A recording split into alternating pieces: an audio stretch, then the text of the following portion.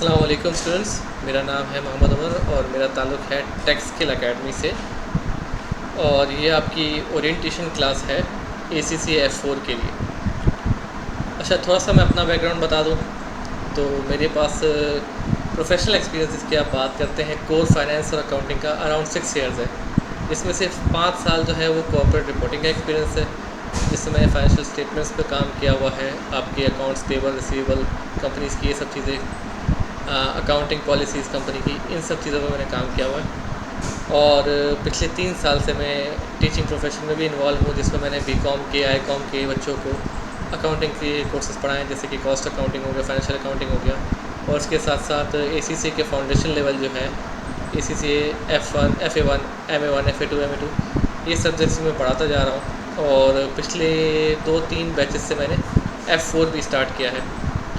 तो F4 जो है अब मैं ऑफिशियली अपनी टेक स्किल एकेडमी के प्लेटफॉर्म से भी स्टार्ट करने जा रहा हूँ, जिसकी आज ये पहली ओरिएंटेशन क्लास है। तो शुरू करते हैं फिर। अब ACCA के F4 के बहुत सारे वेरिएंट्स हैं, जैसे कि हम प्राइमरी फोकस करेंगे UK के वेरिएंट। हम जो पढ़ेंगे वो होगा UK का वेरिएंट। अब UK का वेरिएंट क्यों चूज़ करना है, जबकि आपके पास चॉइस होती है, आप बहुत सारे दूसरे वेरिएंट्स भी चूज़ कर सकते हैं। तो UK का वेरिएंट क्यों, उसकी जो वजूहत है वो भी डिस्कस कर लेते हैं। एक देखें, आप इसके आगे आप टैक्स भी पढ़ेंगे और प्रोफेशनल लेवल में एडवांस टैक्सेशन भी पढ़ेंगे, तो वो भी आप पढ़ते हैं, वो UK का पढ़ते हैं। तो एक सेंस बनता है कि बंदा एक कंसिस्टेंसी के लिए जो लॉ पढ़े वो भी UK का ही पढ़े, सही है। और इसके अलावा बाकी जैसे आपकी क्वालिफ़िकेशंस हैं, UK बेस्ड क्वालिफ़िकेशन, अगर आपको ICAW में जाना है तो उसमें भी बेहतर यही रहेगा कंसिस्टेंसी के लिए कि आप UK बेस से आपने लॉ पढ़ा हुआ हो पहले, ठीक है। उसके बाद एक और तीसरी हम बात करें तो UK का जो लॉ है ना, वो सिमिलर है बाकी सब कंट्रीज़ के लॉ के। UK का लॉ तकरीबन कॉर्पोरेट लॉ हर जगह के सिमिलर ही होता है, पाकिस्तान से भी काफ़ी सिमिलर है वो, जिसमें से मेजॉरिटी प्रिंसिपल्स जो है वो UK लॉ से लिए हुए हैं, ठीक है। तो आपको इतना ज़्यादा कुछ चेंज महसूस होगा नहीं। अगर आप UK का लॉ पढ़ने के बाद अगर आप पाकिस्तान का लॉ भी देखेंगे तो ज़्यादा कोई डिफरेंस आपको महसूस होगा नहीं। आगे बढ़ते हैं। एग्ज़ाम फॉर्मेट और पासिंग रेशियो की बात करते हैं। इसमें एग्ज़ाम फॉर्मेट को डिस्कस करते हैं। सबसे पहले इस एग्ज़ाम में 2 सेक्शन होंगे, सेक्शन A और सेक्शन B। सेक्शन A में आप देख सकते हैं स्क्रीन पर आपकी 45 क्वेश्चन होंगे, या तो 1 नंबर का एक क्वेश्चन होगा या तो एक क्वेश्चन 2 नंबर का होगा। इसका टोटल वेटेज जो है वो 70 मार्क्स का होगा सेक्शन A आपका। सेक्शन B की बात करें तो उसमें 5 सवाल होंगे OTQs, ठीक है, जो 6-6 नंबर के होंगे। तो 30 नंबर के आपका ये सेक्शन होगा। टोटल मिला के ये 100 मार्क्स आपके पूरे। OTQs क्या होते हैं? OTQs जो होते हैं वो आपके ऑब्जेक्टिव टास्क क्वेश्चन होते हैं। उसमें आपको एक केस दिया जाएगा और मल्टीपल उसके अगेंस्ट आपको क्वेश्चंस मिलेंगे, ठीक है। उसको OTQs कहते हैं। हम डिटेल में प्रैक्टिस भी करेंगे OTQs को, कि क्या है, किस तरह के होते हैं। एग्ज़ाम भी कंप्लीट आपको प्रैक्टिस मिलेगी मेरे साथ, इस चीज़ से आप बेफिक्र रहें, ठीक है। आगे बढ़ें भाई, पासिंग रेशियो की बात करें। टाइम अलॉट, पहले 2 घंटे का ये एग्ज़ाम है, इतना ही टाइम आपको मिलेगा सर। और क्वेश्चन ज़्यादा होंगे जैसे कि मैंने आपको बताया, तो थोड़ा सा इसको टाइम मैनेजमेंट में थोड़ा सा आपको मुश्किल होगी, लेकिन अगर आपकी प्रैक्टिस अच्छी होगी तो उसमें भी आपको इंशाल्लाह कोई मसला आएगा नहीं। पासिंग मार्क्स वही 50 हैं ACCA के हर एग्ज़ाम की तरह। एवरेज पासिंग रेशियो जो है इसका इस एग्ज़ाम का वो बहुत अच्छा है, 80% अराउंड 80% 85% के बीच में इसका एवरेज रहता है। तो ये एक आपको अच्छी न्यूज़ है स्टूडेंट्स के लिए जो ये एग्ज़ाम पढ़ रहे हैं। लेकिन ये एक बुरी खबर भी होती है, किस वजह से मैं आपको बताता हूँ। बच्चे पासिंग रेशियो देखते हैं कि 80-85% पासिंग रेशियो है, तो उस पेपर को लाइटली लेते हैं वो, वहाँ वो गलती कर जाते हैं। अगर इस पेपर में भी आपने, क्योंकि कंप्लीट थ्योरी बेस्ड पेपर है, इसमें भी अपना कॉन्सेप्ट आपने नहीं बनाया तो आप एग्ज़ाम में बेटर जाके फंस सकते हैं। तो आपको इस एग्ज़ाम को सीरियसली भी लेना है और कॉन्सेप्ट बना के चलना है। सिर्फ पास होने के लिए नहीं पढ़ना, कुछ सीखने के लिए भी पढ़ना है कि यार ये एग्ज़ाम आपका आगे आपकी प्रोफेशनल लाइफ में बहुत काम आता है। सही समझ में आ रही बात? चले आगे बढ़ते हैं। अब टेक स्किल एकेडमी को क्यों चूज़ करें भाई? बहुत सारे ऑप्शंस आपके पास अवेलेबल होते हैं, बहुत बड़े इंस्टीट्यूट्स हैं जहाँ F4 पढ़ाया जाता है। तो मेरी एकेडमी को मुझे क्यों सेलेक्ट करें आप, उसके रीज़न्स भी डिस्कस कर लेते हैं। एक तो ये होता है कि यार आप कहीं भी जाते हैं आपको किट भी ख़रीदनी पड़ती है, प्रैक्टिस किट, स्टडी टैक्स भी ख़रीदना पड़ता है। अब तो वैसे ही बहुत महंगा हो गया। ACCA का कोर्स पहले सस्ता हुआ करता था, ACCA का कोर्स भी बड़ा महंगा हो गया है और उसका स्टडी मटेरियल भी काफ़ी महंगा हो गया है। तो मेरे पास से आपको ये बेनिफिट मिलेगा कि स्टडी मटेरियल जो है आपको किट खरीदने की ज़रूरत नहीं पड़ेगी, स्टडी टैक्स खरीदने की ज़रूरत आपको नहीं पड़ेगी। आपको सिर्फ प्रैक्टिस किट लेनी है, कैपलाइन भी की जो आपको पसंद हो ले लें। मैं सजेस्ट करूँगा कि आप दोनों लें, दोनों की प्रैक्टिस करें, सही है। और स्टडी मटेरियल जो है कंप्लीट नोट्स मैंने कंपाइल किए हुए हैं, अगर आपने वो सिर्फ 1 से 2 बार पढ़ लिए तो आपको स्टडी टेक्स्ट की कोई ज़रूरत पड़ेगी नहीं। उसी से ही आपका इतनी वो डिटेल है कि उसी से ही आपका काम पूरा हो जाएगा, सही है। कंप्लीट कोर्स कवरेज होगी मेरे पास, आपकी कंप्लीट कोर्स कोई चीज़ रहेगी नहीं मेरे पास से, कंप्लीट कोर्स आपको कवर कराऊंगा। रिवीजन सेशंस होंगे डिटेल में, सही है। और प्रैक्टिस सेशंस होंगे ACC की जो स्टडी हब है वहाँ से भी, और आपकी जो प्रैक्टिस किट्स होती हैं उससे भी, ठीक है। अब मेरी एकेडमी का ये फ़ायदा ये एक कंप्लीट ऑनलाइन एकेडमी है, तो आप किसी भी अपने वक्त के एक्सेस के हिसाब से जिस वक्त आपको टाइम मिले उस वक्त आप इसको मेरे पोर्टल को एक्सेस करके, जो हमारा टेक्सटाइल एकेडमी का पोर्टल है उसको एक्सेस करके आप लेक्चर्स देख सकते हैं, ठीक है। अपने पेज पे पढ़ सकते हैं, ठीक है। और ट्विटर सपोर्ट आपको कोर्स ड्यूरेशन मिलेगा कंप्लीट, मैं एक्टिव होता हूँ हमेशा, ठीक है। तो आपको सपोर्ट के लिए हमेशा मैं आपके व्हाट्सएप पे आपको सपोर्ट देता रहूँगा। अच्छा, मेरे साथ पढ़ने का ये आपको फ़ायदा ये भी है कि मैं बहुत लिमिटेड कोर्सेज़ पढ़ा रहा हूँ, मैं अब सिर्फ 2 या 3 कोर्सेज़ और पढ़ा रहा हूँ मैं, तो मेरे पास स्टूडेंट्स भी लिमिटेड हैं और मेरे पास देने के लिए स्टूडेंट्स को टाइम भी अच्छा खासा होता है, क्योंकि मेरा ध्यान यहाँ डाइवर्ट नहीं है। स्पेशलाइज मेरे 2-3 सब्जेक्ट्स जो हैं आपको पता है वो, तो मेरा स्टूडेंट्स की तरफ ध्यान ज़्यादा है, मैं ज़्यादा टाइम दे पाता हूँ। तो ऑलमोस्ट अगर आप देखेंगे, आप नॉर्मल डेज़ हो मुझे 8 बजे के बाद से लेकर 10 बजे या 11 बजे तक भी आप कुछ इस 3 घंटे के बीच में मुझे मैसेज करेंगे तो आपको मैं एक्टिवली रिप्लाई कर पाऊँगा, और रोज़ रेगुलरली। और वीकेंड्स पे तो हमारे प्रैक्टिस सेशंस होंगे ही, तो मैं आपसे कनेक्ट रहूँगा। तो मेरी तरफ से आपका इंटरेक्शन अच्छा खासा होगा, स्टूडेंट जो है टीचर के साथ इंटरेक्ट करें और अपनी क्वेरीज डिस्कस करें, इससे बहुत फ़ायदा होता है, ठीक है बच्चों। चलो अब आते हैं हम अपने कोर्स की तरफ, सही है। ये मैं आपको स्टडी नोट्स कंप्लीट प्रोवाइड करूँगा, ठीक है। अब स्टार्ट करते हैं हम अपना कोर्स। और सबसे पहला जो हमारा टॉपिक होगा वो होगा sources of English law. English law आया कहाँ से, ठीक है। इसी बेटा स्टार्ट करते हैं, चलिए देखें। Introduction to business and corporate law. The law is the formal system of rules and regulations about how individual and other legal person should behave. आपको एक सोसाइटी में किस तरह बिहेव करना है, उसकी गाइडलाइंस, वो रूल्स, वो आपको डिक्टेट करता है लॉ। ये चीज़ है लॉ। अब आगे देखें, आप लिखा हुआ भी यहाँ पर, as accountants you need to be aware of the law relating to business. You do not need to have to be an expert in the law, but you need a knowledge and understanding of the main aspects of business and corporate law. Accountant बनने के लिए आपको law का माहिर बनने की ज़रूरत नहीं, आपको वकील बनने की ज़रूरत नहीं है, लेकिन जो आपके काम की चीज़ें हैं जैसे कि आपका बिज़नेस और कॉर्पोरेट लॉ, इसकी आपको नॉलेज होनी चाहिए लाजमी। और यही ये जो सब्जेक्ट है या हमारा कोर्स है इसका मकसद है, ठीक है। अब इसमें क्या क्या चीज़ें इंक्लूड होती है वो देखते हैं। The law relating to the contracts, the law of agency, the law relating to the companies and business partnerships, employment law।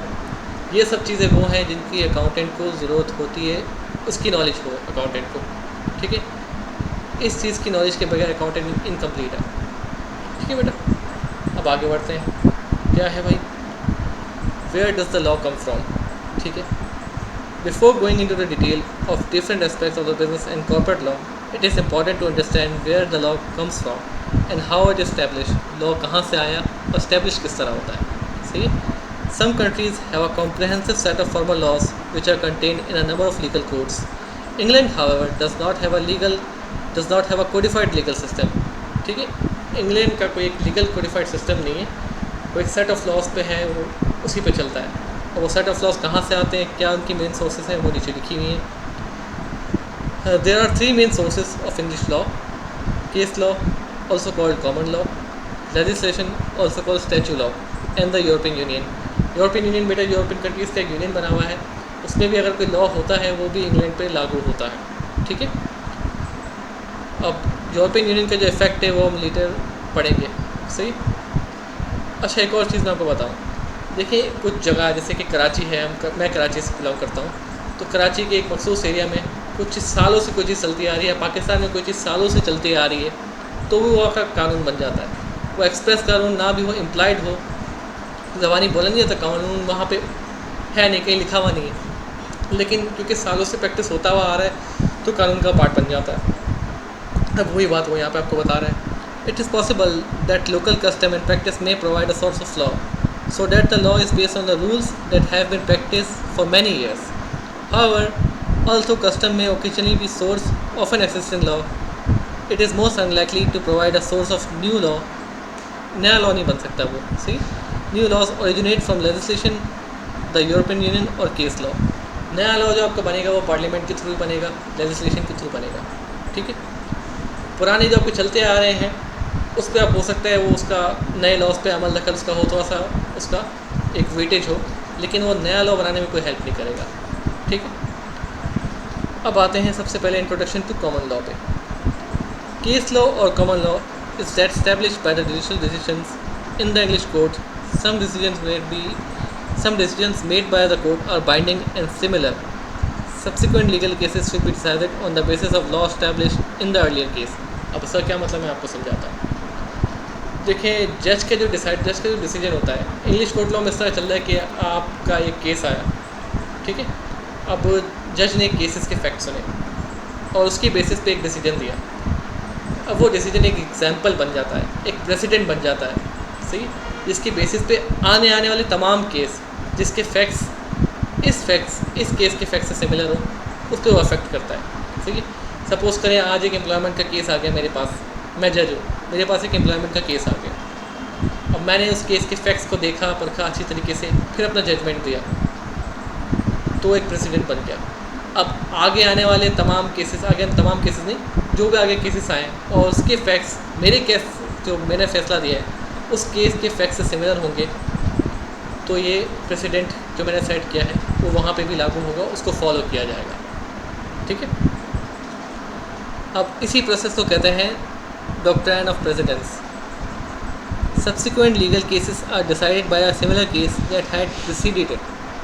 आगे आने वाले केस उसी के बेसिस पे डिसाइड हो जाते हैं जो पहले के केस में हो चुका हो, ठीक है। ये बात कह रहा है वो। अब कॉमन लॉ इंग्लैंड में कैसे आया ये भी बताया गया है यहाँ पर। Common law in England has its origin in the Middle East after the Norman conquest. A unified system of law for the whole country was established by judges who travelled across the country. A decision made by a judge in one part of the country was applied across the entire country. अब इसको मैं समझाता हूँ आपको। देखिए, Europe ने, England ने, Britishers ने काफ़ी जगहों पर पूरी दुनिया में हुकूमत की इन लोगों ने, ठीक है। इसी यही एक वजह है कि काफ़ी दुनिया के जो लॉज हैं वो भी यूके के लॉ से मैच करते हैं, सही। अब होता क्या था कि यूके के जजेस जो है पूरी दुनिया में ट्रैवल करते थे। अब यूनिफाइड सिस्टम में लाने के लिए, अब सपोज़ करें इंडिया में बैठे एक जज ने जो फैसला दिया, जो प्रेसिडेंट सेट किया, वो वापस फिर उनकी मदर कंट्री यूके में वहाँ भी फॉलो किया जाएगा। तो एक यूनिफाइड सिस्टम था, ठीक है। आगे आते हैं। Decisions made in accordance with the common law could sometimes be unfair. Another system of law was therefore established called equity, when a person believes that he would suffer injustice if the common law is applied. देखें, ये बात आज की हमारी अदलिया के लिए भी लागू होती है कि एक इक्विटी का सिस्टम था पहले और अब भी है यूके में, कि अगर कोई बंदा ये चीज़ देखता है कि यार यहाँ पर जो है कॉमन लॉ अप्लाई किया गया तो मेरे साथ नाइंसाफ़ी हो जाएगी, तो वहाँ एक अलग प्रिंसिपल फॉलो होता था जिसको कहते हैं इक्विटी, कि यार हर बंदे के साथ जस्टिस हो और इक्वल उसको चांस मिले जस्टिस का, उस किसी के साथ नाइंसाफ़ी ना हो, उस कॉन्सेप्ट को ये कहते थे इक्विटी, ठीक है। अब cases might be therefore be decided on the basis of equity rather than the common law. Common law की जगह फिर वहाँ पे इक्विटी का कॉन्सेप्ट आ जाता था। However, for the purpose of your examination, it is sufficient to understand that case law is one way in which the law is established. अब equity के कॉन्सेप्ट को जाना, डिटेल में जाना, तो वो बहुत एक डिटेल काम हो जाती है। एग्ज़ाम के आपके पॉइंट ऑफ व्यू से केस लॉ को आप स्टडी करेंगे तो बेहतर है। उसके आगे और कुछ स्टडी करने की जरूरत नहीं, आपका एग्ज़ाम का स्कोप यहीं तक है। आगे आते हैं, when is case law applied. Case law apply कब हो रहा है, सही। Case law cannot be applied until there has been a legal case in the court that establish a precedence for subsequent cases. Once a precedent has been established, it can be applied to all subsequent legal dispute. Even if these do not come to court, the parties' dispute may be advised by the solicitors what the outcome would be if the matter did go to court. And to save time and money, the case might therefore be settled out of court.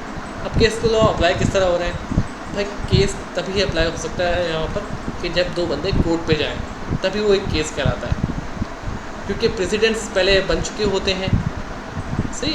अब दो parties हैं, उनके वकीलों के, अब आपको किसी पे केस करना है, आप अपने वकील के पास जाएंगे, ठीक है, और वकील वो पुराने केसेस के प्रेसिडेंट्स उठा के देख लेगा, कि पुराने केस के एग्जाम्पल्स उठा के देख लेगा कि यार आपके केस से मिलते जुलते सिमिलर फैक्ट्स वाले जो केसेस थे उनका फ़ैसला ये था, तो वो आपको एक अपनी प्रोफेशनल राय देगा कि यार आप कोर्ट में जाएंगे तो ऑलमोस्ट सर्टेन है कि आउटकम यही आने वाला है, तो उससे बेहतर है आप अपना भी टाइम बचाएं, पैसा बचाएं, कोर्ट का भी टाइम बचाएं, आप आउट ऑफ कोर्ट सेटलमेंट कर लें, ठीक है।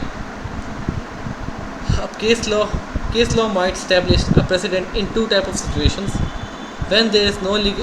when there is no legislation relating to the matter in dispute. In business law, for example, many aspects of contract law are not covered by legislation. सही है। Case law कहाँ apply हो रहा है? जब कोई आपके पास लीगल लिखा हुआ कोई कानून ना हो, उस पर वो केस लॉ अप्लाई करेंगे, केस के फैक्ट्स को देखेंगे, ठीक है। और आगे देखें, when the courts interpret legislation when there is disagreement about how the legislation should be applied in the case. Decision by a court can interpret the legislation but cannot overrule or overturn it. सही है। अब सही देखें, अब court जो है जब वो लेजिस्लेशन को इंटरप्रेट करती है, वो किस तरह करती है। अब एक कानून लिखा हुआ है, अब कोर्ट का काम ये है कि वो उसकी इंटरप्रेट करती है, उसकी मीनिंग्स केस के दौरान, सही है? वो इंटरप्रेट कर सकती है, लेकिन उस कानून को कोर्ट जो है वो ओवरटर्न नहीं कर सकता, उसको चेंज नहीं कर सकता, उसको इंटरप्रेट करके, उसको बयान करके, डिफ़ाइन करके उसको अपना डिसीजन दे सकती है, ठीक है। आगे आते हैं, introduction to legislation statute law. Legislation in England also known as statute law consist of number 1 primary legislation and number 2 secondary legislation. अब इसको मैं बहुत शॉर्ट अल्फाज में डिफ़ाइन कर देता हूँ। प्राइमरी लेजिस्लेशन जिसको कहते हैं एक्ट ऑफ पार्लियामेंट, हमारे यहाँ भी पार्लियामेंट है, 2 हाउसेस है, अपर हाउस है, सेनेट जिसको कहते हैं, एक है पार्लियामेंट, नेशनल असेंबली। अब पार्लियामेंट प्राइमरी लेजिस्लेशन क्या है? एक आपने पार्लियामेंट में करारदाद पेश की और कानून पास हो गया, सही, बिल्कुल जो तरीका होता है करारदाद पेश करते हैं, मेजॉरिटी होनी चाहिए, 1/3 मेजॉरिटी होती है तो करारदाद पास होती है, पाकिस्तान में इस तरह होता है, तो वो एक कानून बन जाता है, उसको कहेंगे एक्ट ऑफ पार्लियामेंट। यूके में भी केस सिमिलर है, ठीक है। सेकेंडरी लेजिस्लेशन क्या होती है? एक बंदे को, जैसे एक मजिस्टर है, उसको आपके कानून ने, आपके कॉन्स्टिट्यूशन ने डेलीगेट किया हुआ है, या छोटी मोटी कानून साजी आप भी कर सकते हो, बड़े फैसले नहीं होते, छोटे मोटे फैसले एक डेलीगेटेड लेजिस्लेशन का बंदा होता है, उसके पास डेलीगेटेड होते हैं, तो वो भी ले सकता है। ये 2 सोर्सेस हैं आपके लेजिस्लेशन के, 2 सोर्सेस हैं स्टैच्यू लॉ के, ठीक है। उम्मीद है बात समझ में आई होगी। आगे आते हैं, अब 2 तरीके के लॉ होते हैं, एक होता है क्रिमिनल लॉ, सिविल लॉ, जैसा कि हम सबको मालूम है। क्रिमिनल लॉ क्या होता है? The criminal law establishes crime against the state. A crime is a behavior that is prohibited by law and the state takes legal action against offender. There are thousands of criminal offences in England, from relatively minor offences such as using a mobile phone while driving, or to more serious offences as murder and theft. Typically, a criminal case is brought to the court after an investigation by the police. The police makes a report to the Crown Prosecution Services (CPS), which then makes a decision about whether or not to prosecute. सही, police investigate करती है criminal cases को और आगे देती है वो CPS को। अब CPS डिसाइड करता है कि यार इस जो है क्राइम की नौयत कैसी है, इसको प्रोसिक्यूट करना भी है नहीं करना, या वार्निंग देके छोड़ देना है। जैसे माइनर ऑफेंसेस होते हैं तो मोस्ट प्रॉब्ली वो एक वार्निंग देके छोड़ देते हैं, या अंडर एज कोई बच्चा होता है, कोई उसने क्राइम कर दिया हो छोटा सा, माइनर ऑफेंस क्या हो, माइनर ऑफेंस की बात हो रही है यहाँ पर, तो उसने कोई क्राइम किया गया हो तो उसको वार्निंग के साथ छोड़ दिया जाता है, छोटी मोटी कम्युनिटी सर्विस दे दी जाती है, ठीक है।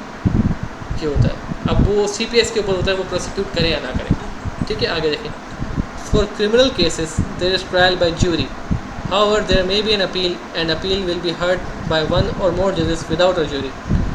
अब देखिए यूके में एक ज्यूरी सिस्टम फॉलो होता है। ज्यूरी सिस्टम क्या होता है मैं आपको बताता हूँ। ज्यूरी सिस्टम में ये होता है कि मुल्क के कोने कोने से रैंडम लोगों को सेलेक्ट कर लिया जाता है, रैंडम पढ़े लिखे लोग, उसमें कुछ अलग अलग बैकग्राउंड के लोगों को सेलेक्ट कर लिया जाता है, उनको ज्यूरी ड्यूटी का एक नोटिस आता है।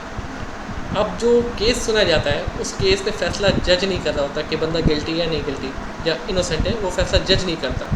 जज बस कोर्ट की प्रोसीडिंग्स को देखता है कि यार कोर्ट की प्रोसीडिंग्स जो है वो सही चल रही है या नहीं चल रही, कोर्ट के प्रोसीजर्स फॉलो हो रहे हैं या नहीं हो रहे, बंदा गिल्टी है या इनोसेंट है, वो फैसला करना जूरी का काम होता है। जूरी के कुछ 10-15 मेंबर होते हैं, तो वो केस के ऊपर डिपेंड करता है कितनी जूरी हायर हो रही है।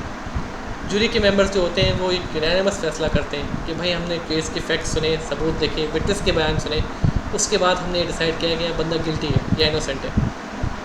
अब जूरी अपना फैसला सुनाती है गिल्टी या इनोसेंट है, उसके बाद फिर अगर गिल्टी होता है तो जज फिर अपने कानून के हिसाब से रेमेडी सेलेक्ट करता है। अब रेमेडी क्या हो सकती है? रेमेडी या तो जेल टाइम हो सकता है कि इसको जेल हो जाए, या फिर कुछ फ़ाइन हो सकती है, या तो दोनों हो सकते हैं, जेल भी है या फाइन भी है। ठीक है, अब आके देखें इस बर्डन ऑफ प्रूफ, इस पॉइंट पे है। The burden of proof is greater in a criminal case than in a civil case.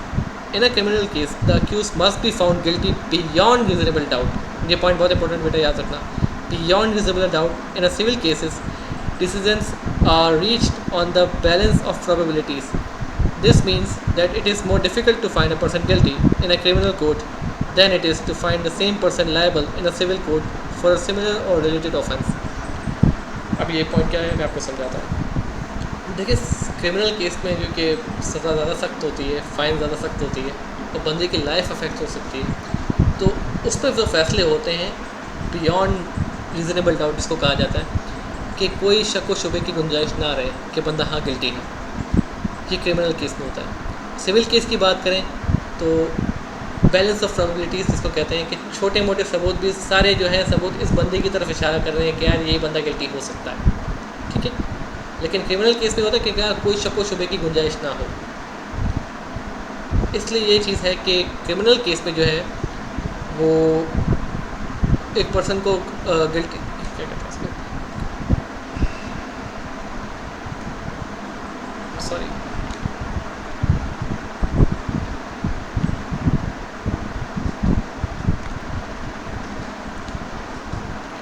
Sorry हाँ, क्लास में कुछ रुकना पड़ा था मुझे। हाँ, तो हम थे कि this means that it is more difficult to find a person guilty in a criminal court than it is to find the same person liable in a civil court. Civil court में फ़ैसला करने से ज़्यादा मुश्किल एक criminal court में बंदे को गिल्टी ठहराना होता है, क्योंकि यहाँ पे उसको प्रूव करना होता है बियॉन्ड रीजनेबल डाउट कि बंदा गिल्टी है। ठीक है, आगे बढ़ते हैं सिविल लॉ की तरफ। The civil law applies to legal dispute between individuals who have dealing with each other. Contract law and company law are mainly civil law. ठीक है, in a civil dispute one person brings a case against another person and asks the court for a remedy और for compensation. The person bringing the case is called plaintiff and the person accused of wrongdoing is called defendant. See, जो case लेकर आ रहा है उसे कहते हैं plaintiff और जिसके अगेंस्ट केस हुआ है उसे कहते हैं डिफेंडेंट। ठीक है, सिविल केसेस जो है वो जज ही सुनता है, इसमें जूरी नहीं होती, जैसे जूरी का कॉन्सेप्ट मैंने आपको समझाया पहले। ठीक है, if the court rules in the favour of the plaintiff it will specify a remedy that is appropriate in the circumstances. The remedy may include or consist of the payment, compensation or damages by the defendant to the plaintiff. अब एक civil case का जब फैसला हो जाता है तो जज जो है एक रेमेडी डिसाइड कर देता है कि यार आपने इस बंदे को जो प्लेंटिफ है उसको आपने ये फ़ाइन देना है या इस तरह उसको कंपनसेट करना है। ठीक है, आइडेंटिफिकेशन ऑफ केसेस अगले पॉइंट पे आते हैं। Individual cases will be referred to in this text in three ways. In a criminal case, the case concerns the prosecution brought by the Crown, Regina or Rex against the accused person. Criminal cases are therefore identified as Regina or Rex versus the accused person. देखें, अब जो criminal cases होते हैं मैं आपको समझाता हूँ ये पॉइंट। क्रिमिनल केसेस जो होते हैं उसमें अक्यूज पर्सन का नाम आखिर में आता है और जिसने केस किया होता है उसका नाम पहले आता है। सपोज़ करें मेरा नाम उमर है और अक्यूज पर्सन यहाँ पे कोई और, सपोज़ करें अली है, तो उसको हम डिफ़ाइन करते हैं इस तरह का, उसको आइडेंटिफाई किया जाता है उमर वर्सेस अली। ठीक है, फॉर एग्जांपल जैसे लिखा हुआ है यहाँ पे आर वर्सेस स्मिथ। अब आते हैं सिविल केस पे। सिविल केस किस तरह आइडेंटिफाई होता है? A civil case is identify as a plaintiff versus defendant, possibly with the year which the case is heard in the court. For example Wilkins versus Peabody 2009। अब civil case में भी इस तरह का होता है, प्लेंटिफ जिसने केस किया है उसका नाम पहले आ रहा है वर्सेस द डिफेंडेंट जिस पे केस किया जा रहा है, ठीक, जो केस को डिफेंड कर रहा है। विल्किंस वर्सेस पीबॉडी और उसमें साल जिस साल में केस हुआ होता है उसका रेफरेंस भी आता है 2009। सही। Sometimes a civil case might be identified using the word re which means concerning the affairs of, relating to और रिलेटिंग टू। इस तरह भी इसको आप कॉल कर सकते हैं। फॉर एग्ज़ाम्पल री ब्राउन 2009, ठीक है। और अगली क्लास में जब हम मिलेंगे तो कोर्स स्ट्रक्चर्स पे बात करेंगे। ये आपका ओरिएंटेशन क्लास था, ठीक है। इसका बेसिक मकसद एक इंट्रोडक्शन देना था और साथ साथ हमने एक टॉपिक डिस्कस कर लिया है। इस टॉपिक के रिलेटेड अगर आपको कोई क्वेरी हो तो आप मुझे व्हाट्सएप कर सकते हैं, मेरा व्हाट्सएप नंबर आप सबके पास है, ठीक है। मिलते हैं अगली क्लास में। अगली क्लास से हम स्टार्ट करेंगे द कोर्स स्ट्रक्चर पे, ठीक है बॉस। अल्लाह हाफ़िज़।